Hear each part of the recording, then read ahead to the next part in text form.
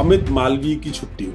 अमित मालवीय के जाने से सबसे ज्यादा खुशी जो गैर भाजपा दलों से जुड़े लोग हैं, तो जो उनके खासतौर पर आईटी सेल वालों सिंपथाइजर को हैं। काउंटर से कुछ आराम मिलेगा। बीजेपी को स्मृति ईरानी की संगठन में जरूरत क्यों महसूस हुई और यूपी के कोटे से उनको शामिल किया गया? उनकी सांगठनिक क्षमता को मैं बहुत उच्च स्तरीय नहीं मानता हूँ। हरीश द्विवेदी को जो राष्ट्रीय महासचिव बनाया, इस फैसले को लेकर के क्या देखते हैं आप हेमंत जी? बिहार का परिणाम आया तो विनोद तावड़े को ज्यादा तवज्जो मिली। असम के परिणाम बहुत अच्छा है तो हरीश द्विवेदी को मिल गया। जाहिर सी बात है कि हरीश द्विवेदी को तरक्की मिलनी ही थी। हम दूसरे पार्टियों से आए वो लोगों को भी संगठन में जगह देंगे, पहले शायद ऐसा नहीं होता। चाहे वो संगठन में चेहरों को तवज्जो देनी हो, चाहे कुछ सिटिंग विधायक, हो सकता है 2 टर्म के भी विधायक, इनके भी टिकट काटने पड़ सकते हैं भारतीय जनता पार्टी को। लेकिन साहब ये भाजपा है, भाजपा के फैसले भाजपा ही जानती है। भाजपा के फैसले मुझे लगता है भाजपा के बड़े बड़े नेता भी नहीं जानते हैं। जिसने अमित शाह को भाजपा की राजनीति के चाणक्य उपनाम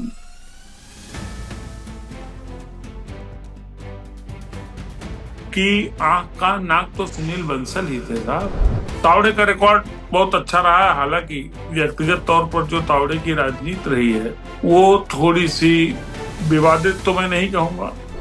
देवेंद्र फडणवीस को कई मौकों पर उन्होंने उनके कई निर्णयों को चैलेंज किया पार्टी के भीतर, सरकार के भीतर। इनका जो टिकट कटा वो देवेंद्र फडणवीस की उसमें बड़ी भूमिका रही है कि अमित शाह का इतना भय रहता था उत्तर प्रदेश में भाजपा के नेताओं के बीच, यानी जो गुटबाजी के सरदार हुआ करते थे यूपी की बीजेपी में, 5-5, 6-6 गुट जहां चला करते थे।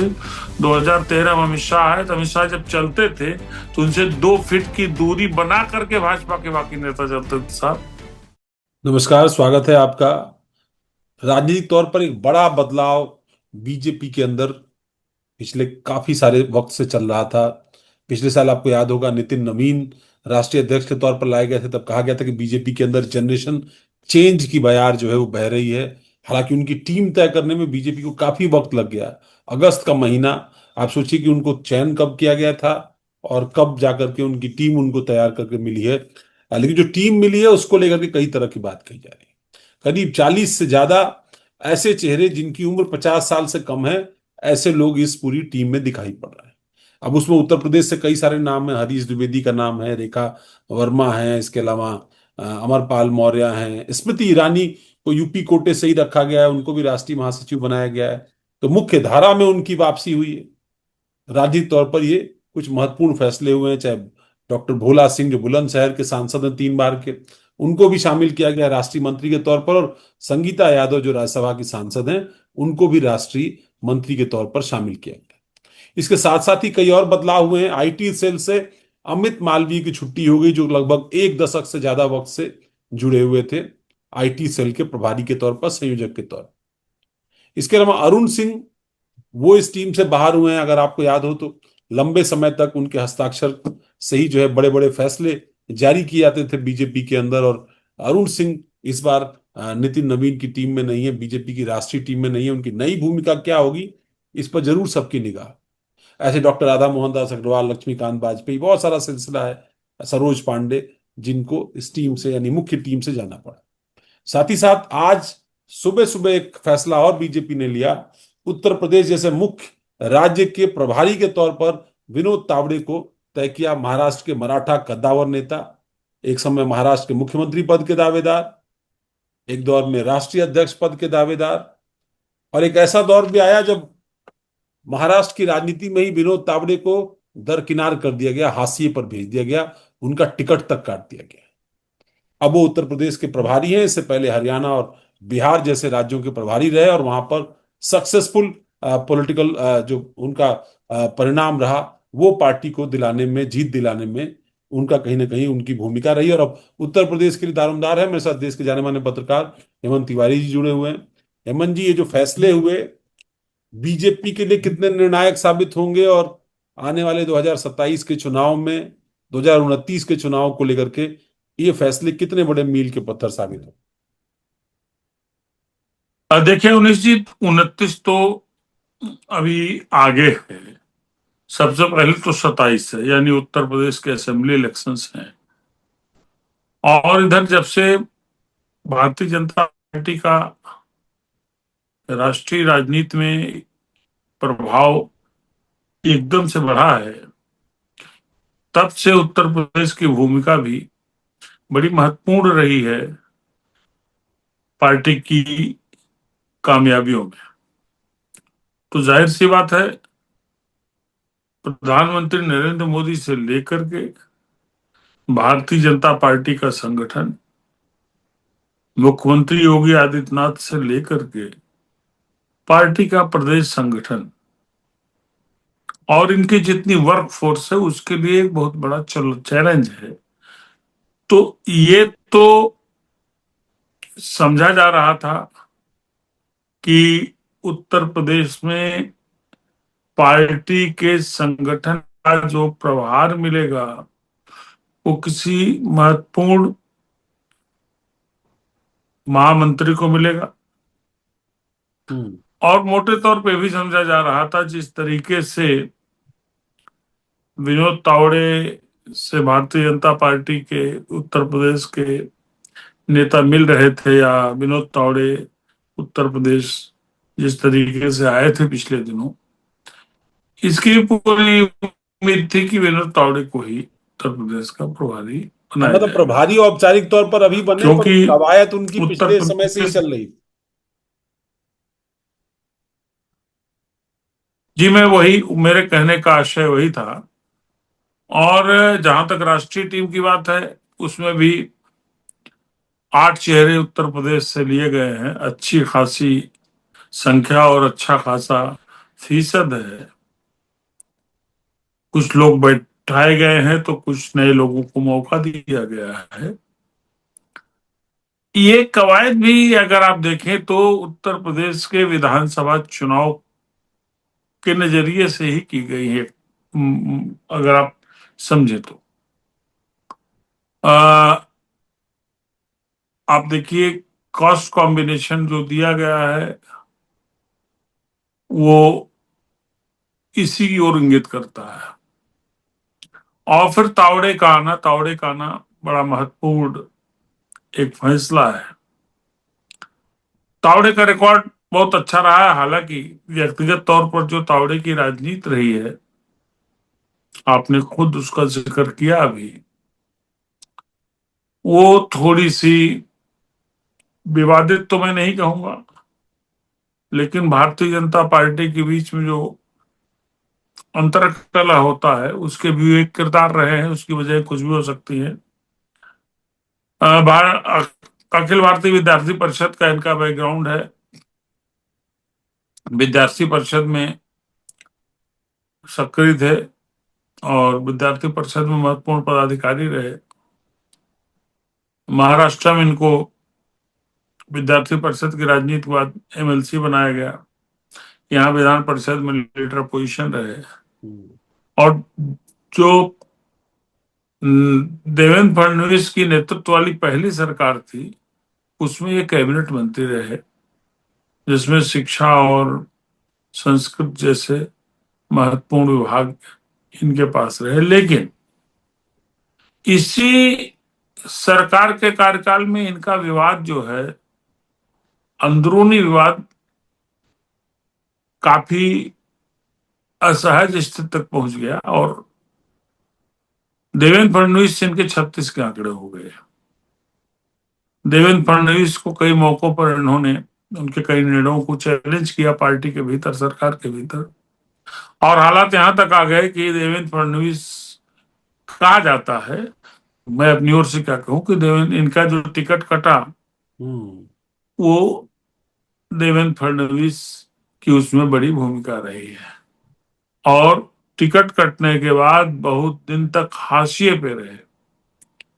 फिर इनको जब भारतीय जनता पार्टी की जो राष्ट्रीय टीम है उसमें सचिव बनाया गया, जेपी नड्डा की टीम में। जेपी नड्डा की टीम में। तब एक तरीके से आप समझ सकते हैं कि इनका राजनीतिक, सक्रिय पुनर्वास। राजनीति में पुनर्वास हुआ, और फिर वहीं से तरक्की देकर के इनको महासचिव बना दिया गया और उत्तर प्रदेश का प्रभार दिया गया। तो उत्तर प्रदेश का प्रभार मिलना कोई मामूली बात नहीं है। आप याद करिए कि पिछले दौर की भाजपा की बात मैं नहीं करता हूं, लेकिन साल 2013 में तमाम विपरीत परिस्थितियों के बावजूद जब अमित शाह भारतीय जनता पार्टी की राष्ट्रीय टीम में महासचिव हुए और उत्तर प्रदेश का प्रभार उनको मिला, उसके बाद से भारतीय जनता पार्टी ने न सिर्फ राष्ट्रीय स्तर पर बल्कि उत्तर प्रदेश में भी बड़ी तरक्की की। और आज उत्तर प्रदेश में भारतीय जनता पार्टी की जो इतनी बड़ी शक्ल है, जो इतना बड़ा आकार है, इतना बड़ा प्रभाव उसका है, उसको एक तरीके से मैं कहूंगा पुनर्गठित करने में अमित शाह की बड़ी भूमिका रही, क्योंकि अमित शाह ने आने के बाद से बहुत सख्ती के साथ काम किया था। मुझे याद है कि मैंने एक खबर लिखी थी और मैंने कई प्लेटफॉर्म से बोला भी था कि अमित शाह का इतना भय रहता था उत्तर प्रदेश में भाजपा के नेताओं के बीच, यानी जो गुटबाजी के सरदार हुआ करते थे यूपी की बीजेपी में, पांच पांच छह छह गुट जहां चला करते थे। 2013 में अमित शाह आए तो अमित शाह जब चलते थे तो उनसे 2 फीट की दूरी बना करके भाजपा के बाकी नेता चलते थे साहब।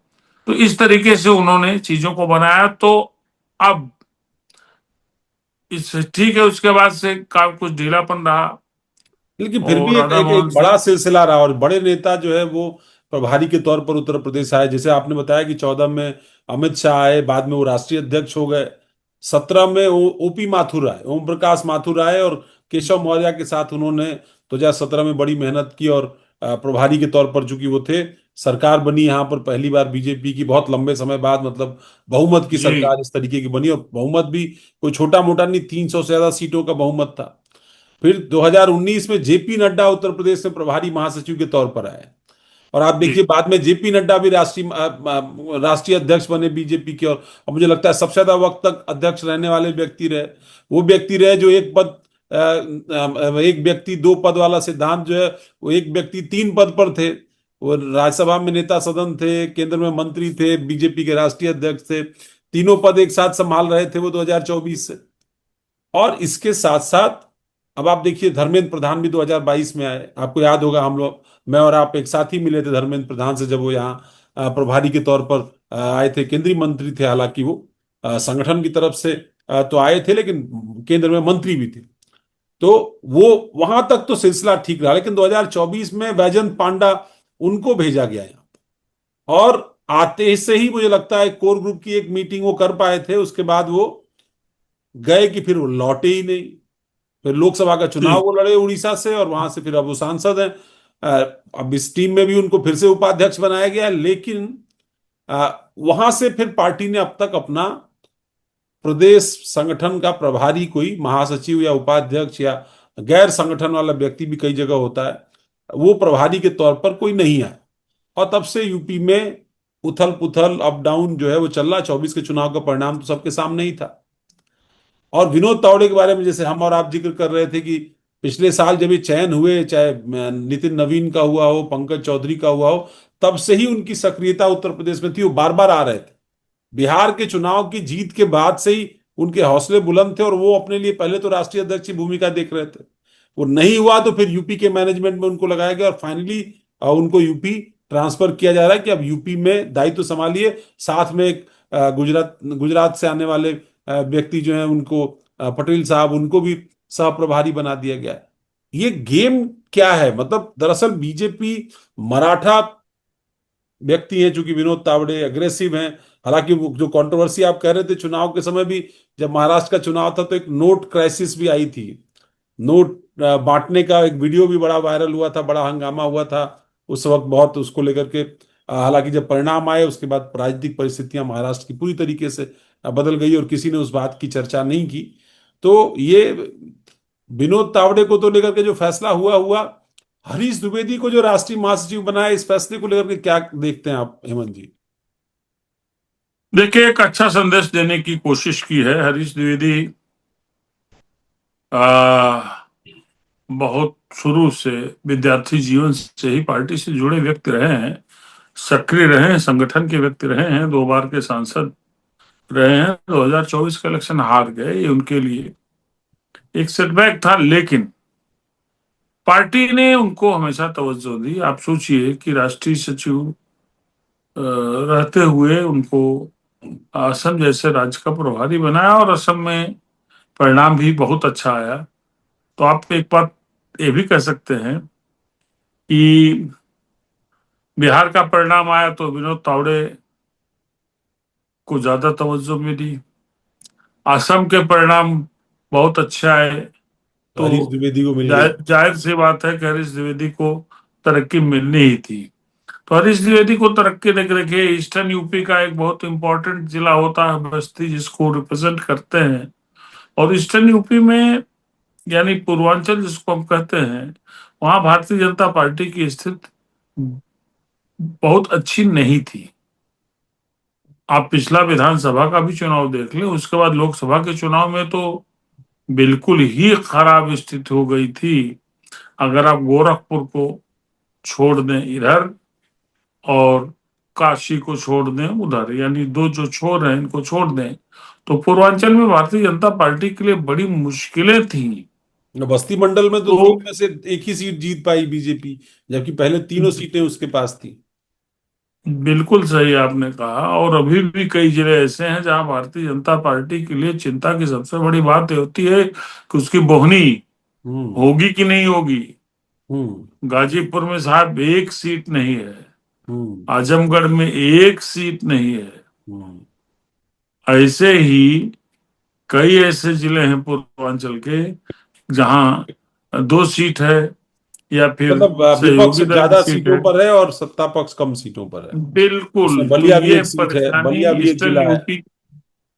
तो साहब, एक तो ईस्टर्न यूपी से आते हैं हरीश द्विवेदी, दूसरे ब्राह्मण हैं। ब्राह्मणों को लेकर के भारतीय जनता पार्टी की चिंता उत्तर प्रदेश में है। आप जानिएगा, जो भी घटनाक्रम हुए जिस पे हम लोग कितनी बार चर्चा कर चुके हैं, उसको दोहराने की जरूरत नहीं है, लेकिन सामान्य तौर पर ये कहा जा रहा है, यही एक जमीनी फीडबैक है, कि जो ब्राह्मण विपरीत परिस्थितियों में भी भारतीय जनता पार्टी के साथ इंटैक्ट रहता था, उस उन ब्राह्मणों का एक अच्छा खासा हिस्सा इस वक्त विचलित है। चाहे यूजीसी के नियमों की बात हो, चाहे जो भी घटनाएं हुई, आप समझ लीजिए जो कारण हो, कुछ प्रत्यक्ष कारण है, कुछ अप्रत्यक्ष कारण है, जिनको लेकर के ऐसा माना जा रहा है। और आपने देखा होगा कि चाहे वो 2019 का असेंबली पार्लियामेंट्री इलेक्शन रहा हो, चाहे 2024 का पार्लियामेंट्री इलेक्शन रहा हो, कई ऐसे महत्वपूर्ण क्षेत्र रहे हैं जहां जातीय उम्मीदवारों को देखते हुए जो दूसरे पक्ष के थे, दूसरी पार्टी के थे, क्षत्रिय बिरादरी के बहुत से वोट उधर मुड़ गए। लेकिन ब्राह्मण लगातार भाजपा के पक्ष में रहे और इंटैक्ट होकर उन्होंने वोटिंग की है। तो ब्राह्मण अगर दरक गया तो भाजपा के लिए मुश्किल होगी। तो ब्राह्मणों को एक संदेश देना था। और अभी आप देखिएगा, मुझे तो लगता है कि कुछ और ब्राह्मण चेहरों को तलाशा जाएगा। हम्म। 2027 के असेंबली इलेक्शन के पहले जो उत्तर प्रदेश से आते हैं, हम्म। खासतौर से पूर्वांचल से आते हैं, उनको कुछ खास तवज्जो दी जाएगी। अब किस स्वरूप में होगी इसका मुझे अंदाजा नहीं है, लेकिन अभी तो ये भी कहा पार्टी जा के रहा है कि अब क्या लगे हाथ केंद्रीय मंत्रिमंडल के विस्तार की शुरुआत शुरू हो गई है। कहा जा रहा है करीब 32 ऐसे मंत्री हो सकते हैं जिनके विभाग बदल जाएं या वो मंत्रिमंडल से बाहर हो जाएं।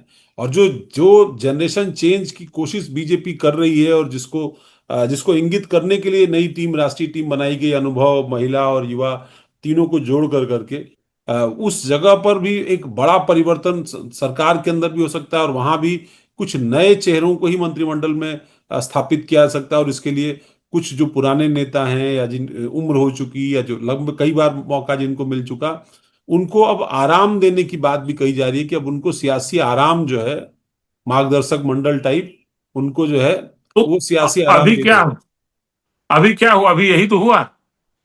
अभी यही तो आप उत्तर प्रदेश को ही लेकर के चलें, राष्ट्रीय संगठन में जो नेता जिनकी उम्र थोड़ी बढ़ गई थी, जो 65 के ऊपर के नेता थे, उनको तो बैठा ही दिया इन्होंने। कहाँ जगह दी, कहाँ रिपीट किया। लक्ष्मीकांत वाजपेयी, राधा मोहन दास चाहे अग्रवाल, लक्ष्मीकांत वाजपेयी हो, राधा मोहन दास अग्रवाल हो, या अरुण सिंह हो, अरुण सिंह है, सुरेंद्र इनको नागर कहाँ हैं। दोबारा मौका दिया। जी, नहीं, सुरेंद्र नागर तो खैर उस एज ग्रुप में नहीं अपेक्षाकृत, हाँ, आते हैं, अपेक्षाकृत यंग है लेकिन अभी। सुरेंद्र नगर बहुत ज्यादा ना उम्र नहीं है उनकी। सुरेंद्र नगर बहुत ज्यादा उपयोगी नहीं सिद्ध हो पा रहे थे। हम्म। दूसरी बात, सुरेंद्र नगर दूसरे दलों से हो करके तब भाजपा में आए। सुरेंद्र नगर तो भाजपा मूल के हाँ, तो मूल है नहीं। भाजपा ही नहीं है, मूल हालांकि अभी भाजपा। चीजें, हाँ, मूल भाजपा ही नहीं है, लेकिन अब मूल वाजपेयी कौन है कौन नहीं है, ये चीजें गौड़ हो गई हैं फिर भी। नहीं, और इस सूची में तो अभी खास देखा तौर नहीं पर हेमंत आपने, जी, वो इस सूची आम में तो आदमी खास पार्टी। तौर पर, इस सूची में तो खास तौर पर मैं देखा है, इस सूची में इंटरेस्टिंग कई तरह के नाम थे, जिन नामों पर अगर आप देखें, गौर करें, वही जो केरल के मुख्यमंत्री रहे और बाद में देश के रक्षा मंत्री रहे, एंटोनी साहब, उनके बेटे अनिल एंटोनी, ये भी राष्ट्रीय मंत्री बनाए गए इस टीम में। संदीप पाठक जो आम आदमी पार्टी के महामंत्री संगठन थे, राज्यसभा के सांसद थे, वो इस टीम में राष्ट्रीय मंत्री बने हैं। संदीप पाठक अभी कुछ दिन पहले ही बीजेपी में शामिल हुए, संदीप पाठक, उनको भी राष्ट्रीय मंत्री। मैं रोहन वही, गुप्ता, रोहन गुप्ता जो कांग्रेस के आईटी सेल के प्रमुख हुआ करते थे, लोकसभा के चुनाव के समय उनको टिकट दे दिया था गुजरात की एक सीट से, वो सीट से चुनाव लड़ना उन्होंने गवारा नहीं समझा, और बाद में वो बीजेपी में शामिल हो गए, और अब उनको पार्टी ने राष्ट्रीय मंत्री का दायित्व दिया है। ऐसे बहुत सारे किरदार हैं जो दूसरी पार्टियों से बीजेपी के अंदर आए, और बीजेपी ने जो है वो पंजाब से भी एक शख्स है, उनको भी महत्वपूर्ण दायित्व दिया, शायद राष्ट्रीय उपाध्यक्ष बनाया है, वो भी दूसरी पार्टी से पार्टी के अंदर आए।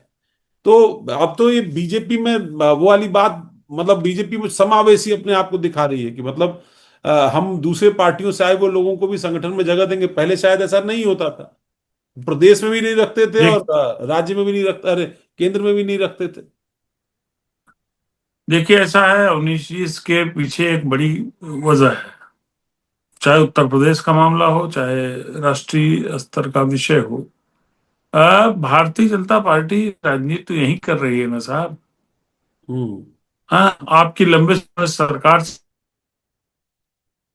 चल रही है, जैसे उत्तर प्रदेश का मामला है। अब ये इसको नहीं पता है कि आपके 10 साल सरकार पूरी होने जा रही है, तो एंटी इनकम्बेंसी तो जरूर होगी होगी। किसी न किसी वजह से कहीं न कहीं होगी।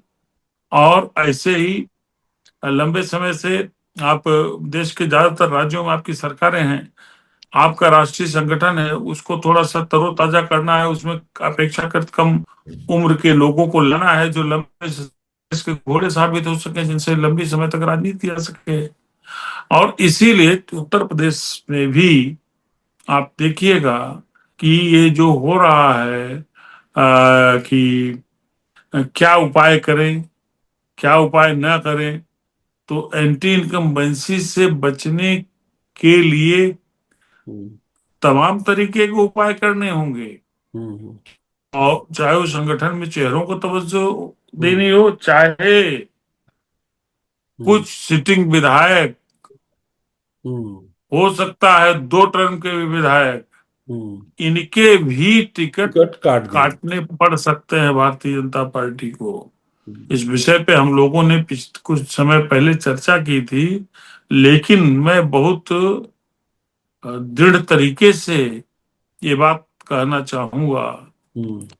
कि टिकट देने के मामले में भारतीय जनता पार्टी की मजबूरी होगी कि वो कठोर फैसले लें।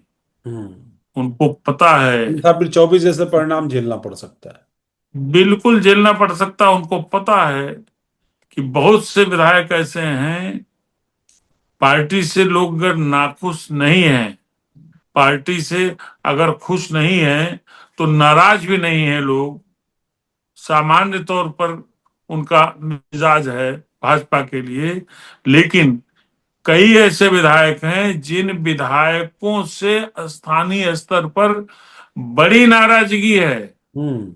उनके कृत्यों से, उनकी हरकतों से। यहाँ तो हम्म। भारतीय जनता पार्टी के साथ कई प्रकार की मुश्किलें हैं। हम्म। विधायक बहुत से ऐसे हैं जो रोते हैं कि उनका काम नहीं हो रहा है, हम्म। उनकी सुनी नहीं जा रही है। हम्म। अफसर जिला चला रहे हैं, सुनते नहीं विधायकों की। हम्म। संगठन से कितनी बार कहा गया, मुख्यमंत्री योगी आदित्यनाथ ने स्वयं कितनी बार निर्देश जारी किए, और तो जिनकी सुनी विधायक ये जाती रो है रहे वो हो। और वो खनन ठेकेदारी में लग जाते हैं। ये विधायकों की ये दशा है कि वो कहते हैं हमारा काम नहीं हो रहा, और जनता की ये दशा है कि उनको पता है कि विधायक काम नहीं कर रहा है। विधायक एक बार या दो बार से जीत गया है, तो उसको कोई बहुत ज्यादा इंटरेस्ट नहीं रह गया। उसको लगता है कि भारतीय जनता पार्टी का कमल चुनाव निशान होगा, प्रधानमंत्री नरेंद्र मोदी का और योगी आदित्यनाथ का चेहरा होगा, हम चुनाव जीत जाएंगे।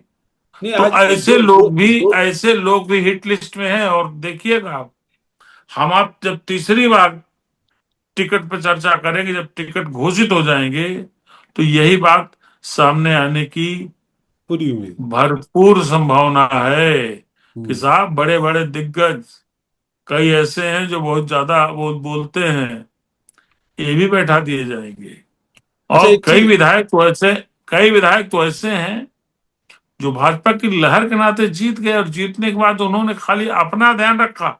हम्म। और फिर बता रहा हूं आपसे, ऐसा नहीं है हम्म। कि खाली जनता को ही इसकी खबर है, आला पार्टी कमान को भी की खबर। टॉप लीडरशिप को भी इसकी खबर है। और हम्म। सबका वही किताब, यानी हिसाब किताब तैयार है। ठीक है। एक सवाल और इसमें लेते हैं, और मैं चाहूंगा कि थोड़ा संक्षेप में इसका अगर उत्तर हो जाए। दो दो तीन सवाल चूंकि लेने हैं अभी। एक सवाल तो इस बात को लेकर के आ जाए कि एक वीडियो आज अभी थोड़ी देर पहले वायरल हुआ गोरखपुर से। मुख्यमंत्री योगी आदित्यनाथ से एक पीड़ित महिला मिलने के लिए गई, और मिलने गई तो उसने कहा कि दबंगों ने उसका रास्ता घेर रखा है, और वो कह रहे हैं कि चाहे जाओ जिससे कह दो, रास्ता नहीं मिलेगा। तो योगी पलटते हैं अपने अफसरों की तरफ और वो कहते हैं कि ऐसा है, इसको रास्ता दिलाओ, और नहीं तो फिर तहसीलदार, कानूनगो और लेखपाल जो भी है सबको सस्पेंड कर दो। महिला वोटर, महिला मतदाता, जिन दो मुद्दों पर बीजेपी को 2017 और 22 से लगातार समर्थन कर रही है, खासतौर पर 22 में जब दोबारा समर्थन करने की बारी आई, तो कानून व्यवस्था शायद उन तमाम मापदंडों पर सबसे पहला मापदंड था जहां महिलाओं की खास तौर पर तवज्जो जो है वो बीजेपी की तरफ रही, योगी आदित्यनाथ की तरफ रही, उनके चेहरे की तरफ रही। और शायद यही वजह है कि जब योगी भी इस तरह की समस्याओं से रूबरू होते हैं महिलाओं से जुड़ी हुई, तो वो इस रूप में आ जाते हैं, मतलब इस अंदाज में उनका जो है वो एक नैरेटिव सामने आता है जहां पर वो सीधे एक्शन लेने की बात करती है। और इसीलिए शायद महिलाओं के बीच उनकी लोकप्रियता अपेक्षाकृत दूसरे नेताओं के उत्तर प्रदेश में ज्यादा है, और आज भी उनकी ही महिलाओं में लोकप्रियता को पर बीजेपी को ज्यादा भरोसा करना पड़ेगा। देखिए उन्नीस जी, जो उन्होंने किया उस महिला की दरख्वास्त पर, उसकी स्थिति पर, उसके प्रकरण में, अगर इतनी सख्ती अब भी नहीं दिखाई जाएगी तो बात नहीं बनेगी, बात बिगड़ना शुरू हो जाएगी। ये जरूरी था।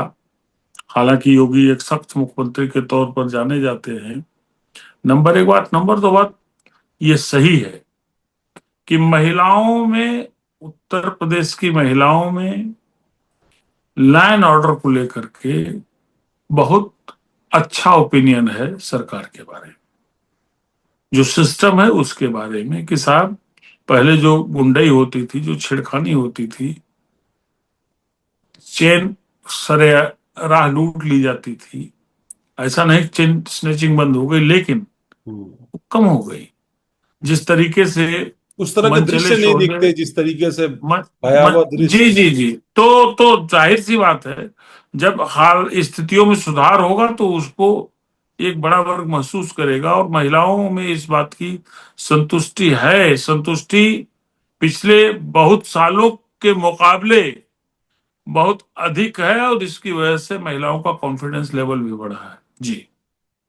स्मृति ईरानी, स्मृति ईरानी, रिटर्न ऑफ स्मृति ईरानी, मतलब उनका नाम जब, हालांकि चर्चा तो चल रही थी कि उनकी वापसी होगी, लेकिन राष्ट्रीय महासचिव के तौर पर उनकी वापसी हुई। मतलब आपको तो याद होगा वो महिला मोर्चा की राष्ट्रीय अध्यक्ष रही दिल्ली की, घोषित तौर पर उनको मुख्यमंत्री के तौर पर प्रोजेक्ट किया गया। फिर वो उत्तर प्रदेश आई, 14 का चुनाव लड़ी, हारी, 19 के चुनाव में उन्होंने राहुल गांधी को पटकनी दी। बीजेपी को स्मृति ईरानी की संगठन में जरूरत क्यों महसूस हुई और यूपी के कोटे से उनको शामिल किया गया है, हेमंत जी? देखिए, ऐसा उन्हीं से यूपी के कोटे से वो सांसद रही हैं, इसलिए यूपी कोटे से उनको शामिल किया गया, जो बहुत न्यायोचित तो नहीं है उत्तर प्रदेश की भाजपा के साथ। और उनकी सांगठनिक क्षमता को मैं बहुत उच्च स्तरीय नहीं मानता हूँ। ओवरऑल उनका जो परफॉर्मेंस रहा है एक मंत्री के तौर पर, वो भी बहुत अच्छा नहीं रहा है। और शायद अगर भाजपा चाहती या टॉप लीडरशिप चाहती तो उनको कहीं से राज्यसभा भेज करके फिर उनको मंत्री बना सकती थी। एक बड़ी वजह रही है। ठीक है, उनको बनाना था, उनकी शायद इच्छा भी रही हो तो उनको मंत्री बना देते। संगठन में कितना उपयोगी होगी मुझे समझ में नहीं आता, लेकिन चूंकि महिलाओं को और स्टेब्लिश्ड महिलाओं को संगठन में महत्वपूर्ण पद पर रखना था, इसलिए उनकी गुंजाइश बढ़ गई, वरना। गुंजाइश बढ़ गई। और दूसरा, मगर मुझे, राहुल गांधी को जवाब देने के लिए पार्लियामेंट से लेकर के अमेठी तक, या मतलब उत्तर प्रदेश तक, बार बार स्मृति ईरानी को बीजेपी आगे करती थी। आपको ही पता है बहुत सारे अवसर ऐसे रहे जहां पर उनको जी आगे किया गया। राहुल गांधी इस जी, वक्त आक्रामक हैं और संसद से लेकर सड़क तक बीजेपी के लिए मुसीबत बन रहे हैं, खासतौर पर 2024 के चुनाव के बाद। तो क्या राहुल गांधी को काउंटर करने के लिए बीजेपी को स्मृति ईरानी को इस बात के लिए बाध्य होना पड़ा कि उनको मेन स्ट्रीम में लाया जाए, उनको सरकार या संगठन में कहीं जगह दी जाए? सरकार में शायद हो सकता है संघ या दूसरे सिस्टम के विरोध के नाते उनको न शामिल किया जा रहा हो, लेकिन संगठन में उनको शामिल कर करके वो जो उनकी यात्रा थी पार्टी को लेकर के, चाहे वो राहुल गांधी अमेठी या पार्लियामेंट के अंदर पार्टी को डिफेंड करना, या चूंकि अच्छी वक्ता हैं, आपको पता है कि वो अच्छी वक्ता हैं, कई सारी भाषाएं जानती हैं वो, बंगला भी अच्छा बोलती हैं, मराठी भी अच्छा बोलती हैं, गुजराती भी अच्छा बोलती हैं। वो उत्तर प्रदेश में भी आकर के यहाँ भी के महिलाओं के साथ अवधी में भी एड्रेस कर लेती हैं। तो ये जो उनकी स्किल, और अंग्रेजी में तो अच्छा बोलती हैं, तो इस स्किल को इस्तेमाल करने के लिए पार्टी ने जो है वो कहीं ना कहीं उनको मौका दिया है। अरे साहब, ये स्किल तो उनके भीतर होगी ही। वो किस फील्ड से आई हैं, उनका किरदार, क्योंकि सास भी कभी बहू थी का देखा होगा, सबने देखा है। हम्म। वो तो लोगों को रुला देती थी। तुलसी नाम का तुलसी किरदार नाम था। उनका था तो साहब, तुलसी नाम था। और कहानी घर घर की। वो स्वाभाविक सी बात है कि उनके भीतर तमाम गुण हैं। उनके भीतर वो बोलने की अच्छी क्षमता है, लेकिन आपने कहा कि उनको कई भाषाएं आती हैं। तो अब साहब, ऐसा अगर राहुल गांधी को जवाब ही देना होगा स्मृति ईरानी के जरिए, तो अब एक बार बांग्ला में थोड़ी जवाब देंगे, दूसरी बार गुजराती में, तीसरी बार पंजाबी में, चौथी बार हिंदी में। नहीं, वो तो पार्टी के भाषा स्टार ज्ञान उनका प्रचारक के ठीक है। तौर पे मैं आपको कह रहा था कि स्टार नहीं कैंपेनर नहीं के तौर पर नहीं उनका नहीं, देखिए, इस्तेमाल कर सकता है। महिला है, अच्छी वक्ता है, केंद्र में मंत्री रही हैं, राहुल गांधी को चुनाव हराया है। तो साहब, किसी के बायोडाटा में इतनी खूबियां ही पर्याप्त हो जाती हैं, तो उनको तवज्जो दी गई। और वैसे भी ध्यान रखिएगा, महिलाओं को लेकर के भारतीय जनता पार्टी का जो कमिटमेंट रहा है, हम्म। और मोदी सरकार का, योगी सरकार का हम्म। जो उनको सम्मान और उनको एक हिस्सेदारी देने की जो बात कही गई है, हम्म। ये प्रक्रिया अब शुरू हो गई है और धीरे धीरे आगे बढ़ेगी। मुझे लगता है कि इस व्यवस्था के तहत भी उनको संगठन में तरजीह मिली, वरना हाँ, मतलब करीब दर्जन सक्रिय भर महिलाएं शामिल है वरना, संगठन में। अरे साहब ऐसा है कि अगर ये बात नहीं होती तो उनको रेखा वर्मा की तरह उपाध्यक्ष नहीं बना दिया होता। हम्म। उपाध्यक्ष थोड़ी वो जो जनरल सेक्रेटरी बनी है, जनरल सेक्रेटरी की ज्यादा पावरफुल। व्यापक और सक्रिय भूमिका होती है किसी भी संगठन में, भारतीय जनता पार्टी में तो बहुत ही ज्यादा। हम्म। तो जाहिर सी बात है संगठन में उनको सक्रिय किया जाएगा और एक अच्छे महिला नेता के तौर दो पर उनकी क्षमताओं का भरपूर दोहन भारतीय जनता पार्टी करेगी। दो और किरदारों पर बात कर लीजिए। एक तो अमित मालवीय की छुट्टी हो गई। अमित मालवीय आईटी सेल के प्रभारी के तौर पर पिछले एक दशक से काम कर रहे थे और काफी सक्रिय रहते थे। उनके व्यंग बाण, उनके जो कमेंट्स, खासतौर पर जो इस तरह सोशल मीडिया एक ताकत के तौर पर बीजेपी के लिए 2014 से लगातार काम कर रहा था। और उनको रिप्लेस कर करके दीपके जी लाए गए और उनको वहां पर जो है रखा गया। छत्तीसगढ़ के जो आईटी सेल के पहले प्रभारी हुआ करते थे उनको शामिल किया गया। वहां पर उनको आईटी सेल का नया कन्वीनर बनाया गया। हालांकि अब जिन जिन लोगों को आईटी सेल में शामिल किया गया उनके साथ बहुत सारी कंट्रोवर्सीज भी आ रही हैं। दो ऐसे लोगों के नाम भी सामने आ रहे हैं जिनका खुद का अकाउंट ब्लॉक उन्होंने कर रखा है, क्योंकि कुछ कंट्रोवर्सीज में आ गए थे। कुछ कोई नाथूराम गोडसे को लेकर के कुछ बोल करके चर्चा में आ गया था, किसी की कोई भूमिका थी, इस नाते उसको मतलब एंटी इस्लामिक कुछ स्टेटमेंट दे दिया था, इस नाते उनको उनके राज्य में प्रतिबंधित कर दिया गया था।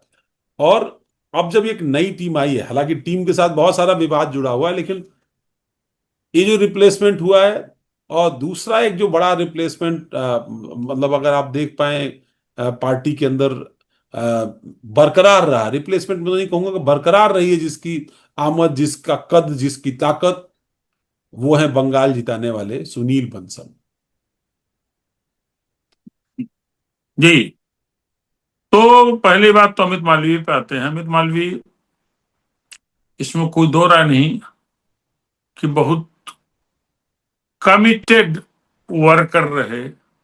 और आज के दौर में जब सोशल मीडिया की बड़ी अहमियत है, सोशल मीडिया की रीच बहुत बड़ी हो गई, उसका फैलाव बहुत बड़ा हो गया है, उसकी स्वीकार्यता बहुत व्यापक हो गई है। खुद प्रधानमंत्री इस बात को बार बार कह चुके हैं कि सोशल मीडिया की बड़ी जरूरत है, सबके सार्वजनिक रूप से भी और पार्टी फोरम्स में भी कह चुके हैं। तो एक तेज आदमी की जरूरत भारतीय जनता पार्टी को थी और बड़ी तेजी से काम कर रहे थे अमित मालवीय। अमित मालवीय के जाने से सबसे ज्यादा खुशी जो गैर भाजपा दलों से जुड़े लोग हैं, तो जो खासतौर उनके पर आईटी सेल वालों सिंपथाइजर को हैं। काउंटर काउंटर से कुछ आराम मिलेगा। जी जी जी, उनको उन्होंने इस अमित मालवीय पर काफी कटाक्ष किया है। अब ये सुप्रिया लेकिन जी से पूछना पड़ेगा, जो बीजेपी, जो कांग्रेस पार्टी का आईटी सेल हेड करती हैं, सुप्रिया श्रीनेत, कि उनको कितना कितनी नहीं, राहत मिली अमित मालवीय के जाने से। अब किसकी वजह अंदरूनी क्या रही इसके बारे में या हो सकता है न उनको तो कोई मुझे नई भूमिका दी जाने का पार्टी विचार कर रही हो, क्योंकि काफी संभव है, लंबा वक्त संभव उनको है। हो चुका। जाहिर सी बात है कि उनकी नई भूमिका हो। अच्छा देखिए ना, कांग्रेस से आए थे आईटी सेल के हेड रोहन गुप्ता, वो राष्ट्रीय मंत्री उनको बीजेपी ने बनाया है। तो अब कांग्रेस से जो आए थे आईटी सेल के हेड, उनको राष्ट्रीय मंत्री बना दिया। और अपने राष्ट्रीय जो आईटी सेल के हेड है उनको फिलहाल तो अभी प्रतीक्षारत हटा रखा दिया। है। और जिनको लाए हैं उनके बारे में मुझे बहुत ज्यादा जानकारी नहीं है। ये उनको देखिए किसी को उनके बारे में कुछ जानकारी नहीं है। सोशल मीडिया पर उनके केवल 11,000 फॉलोअर, ऐसा मुझे जो जानकारी मिली है कि 11,000 फॉलोअर हैं। क्योंकि वो नितिन नवीन के करीबी रहे हैं। नितिन नवीन छत्तीसगढ़ के सह प्रभारी थे जब वो उनको, जिस वक्त अनाउंसमेंट हुआ कि वो राष्ट्रीय अध्यक्ष होंगे, उस वक्त तक वो आईटी सेल वहां हेड करते थे। और जो उनके नहीं, साथ तो जो यहाँ दो लगा। बातें हो यहाँ दो बातें हो सकती हैं। पहली बात तो ये कि अमित मालवीय को हटाया ही जाना था, किन कारणों से हटाया जाना था ये भाजपा की टॉप लीडरशिप जाने। तो शायद खराब वही कारण है जो परफॉर्मेंस के अरुण नाते। सिंह के पीछे हो, कि बहुत बार हो चुका, कई बार मौका मिल चुका, अब नए लोगों को मौका दिया जाए। हाँ, बिल्कुल बिल्कुल बिल्कुल या बिल्कुल फिर ये या हो फिर सकता एक है। और एक और सोशल मीडिया पर तर्क तैर रहा है। कुछ लोग कह रहे हैं कि वो जो जेनजी का आंदोलन हुआ ना, उसमें बीजेपी बहुत मतलब आईटी, मतलब जो ये सोशल मीडिया है, इस पर बहुत काउंटर नहीं कर पाई, तो शायद इस वजह से एक नैरेटिव बन रहा हो कि भाई आपने इंस्टाग्राम पर, इस पर, तमाम सारी चीजों पर क्यों नहीं अच्छे से जो है इस पर लड़ाई लड़ी या इस तरीके से मजबूती दी। वो एक विषय हो सकता है। बिल्कुल हो सकता है, पूरी संभावना है। लेकिन साहब ये भाजपा है, भाजपा के फैसले भाजपा ही जानती है। भाजपा के फैसले हम्म। मुझे लगता है भाजपा के बड़े बड़े नेता भी नहीं जानते हैं, हम्म। प्रधानमंत्री जानते हैं और कुछ चुनिंदा लोग जानते हैं। क्या वजह रही होगी तो वक्त आने पर शायद बात हम्म। सामने आए। लेकिन आपने सुनील बंसल के बारे में प्रश्न किया था, तो देखिए, हम्म। सुनील बंसल ने अपने आप को प्रूव किया है। हम्म। सुनील बंसल जिस पृष्ठभूमि से आते हैं और जिस तरीके से उन्होंने बहुत छोटे स्तर से भारतीय जनता पार्टी में काम करना शुरू किया और अपने आप को स्टेब्लिश किया, स्टेब्लिश ही नहीं किया, अपने आप को प्रूव किया। सबसे पहला इम्तहान और सबसे बड़ी जिम्मेदारी उनको उत्तर प्रदेश में ही मिली थी, जब अमित शाह यहाँ महासचिव जब यहाँ होकर के, यूपी में प्रभारी महासचिव। बीजेपी चौथे नंबर की पार्टी थी। जी, चौथे नंबर की पार्टी थी साहब। जब अमित शाह प्रभारी बने और सुनील बंसल महामंत्री संगठन बने, तब यूपी में भारतीय जनता पार्टी चौथे नंबर की पार्टी थी। और फिर पहला इम्तहान जो 2014 का हुआ, जिसने अमित शाह को भाजपा की राजनीति के चाणक्य उपनाम के साथ दिलाया, स्थापित कर जिस दिया। चुनाव ने, हम्म। उस चुनाव में अमित शाह की आंख कान नाक तो सुनील बंसल ही थे साहब। और और फिर उस चुनाव बंगाल और के उड़ीसा भी परिणाम, जिता दिया। उस चुनाव के परिणाम क्या थे? मैं 2014 की बात बता रहा हूं साहब। क्या कभी किसी ने कल्पना की होगी कि उत्तर प्रदेश में चौथे चौथे नंबर की नंबर की पार्टी पार्टी 73 सीट जीत जाएगी। 73 सीट जीत जाएगी साहब? 73 सीट, 73 सीटें जीते। और उसके बाद सही कहा आपने, फिर सुनील बंसल को जब तरक्की दी गई, नेशनल सेक्रेटरी जनरल बने, सॉरी सेक्रेटरी जनरल नहीं, जनरल सेक्रेटरी बने, तो उन्होंने अपने आप को प्रूव किया।